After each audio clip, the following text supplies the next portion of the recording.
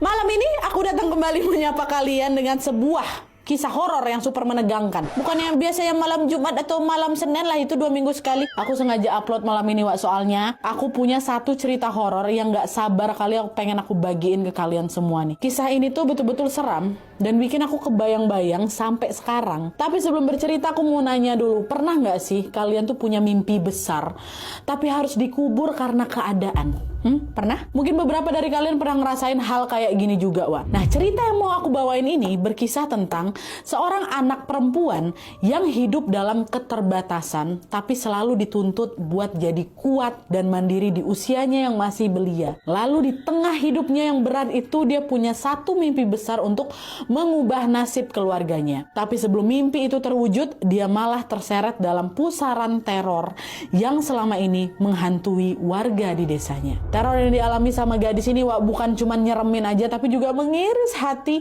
karena hampir ngerusak keutuhan keluarganya. Kira-kira apa yang sebenarnya terjadi dan teror mistis apa yang dia alami? Tanpa berlama-lama kita langsung masuk aja ke ceritanya. Check it out!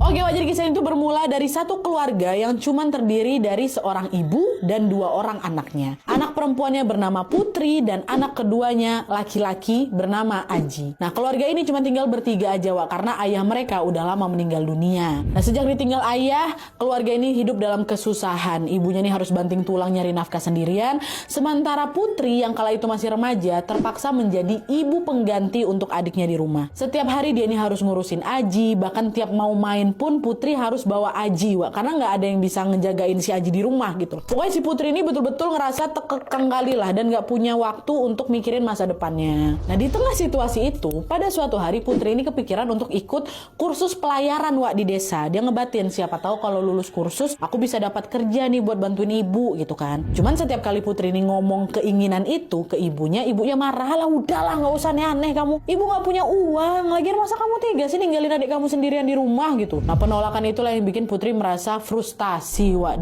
Dia ngerasa ruang geraknya terbatas, jadi nggak bisa kemana-mana gitu loh. Nah, kemarahan ini akhirnya Putri lampiaskan lah ke adiknya, ke Aji. Dimana setiap kali Aji ini berantakin rumah atau nyoret-nyoret tembok gitu ya, Putri ini pasti langsung marah besar. Kebiasaan ini berlangsung lumayan lama, Wak, sampai akhirnya Putri ini mulai sadar kalau dia harus berubah.